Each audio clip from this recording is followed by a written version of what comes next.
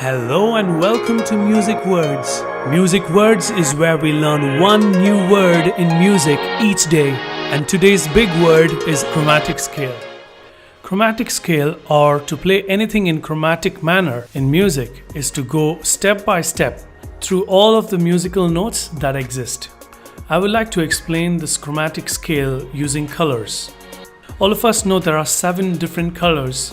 But then in between each color there is a variant. There is a merging of 2 different colors and which forms another new color itself. Look at this image.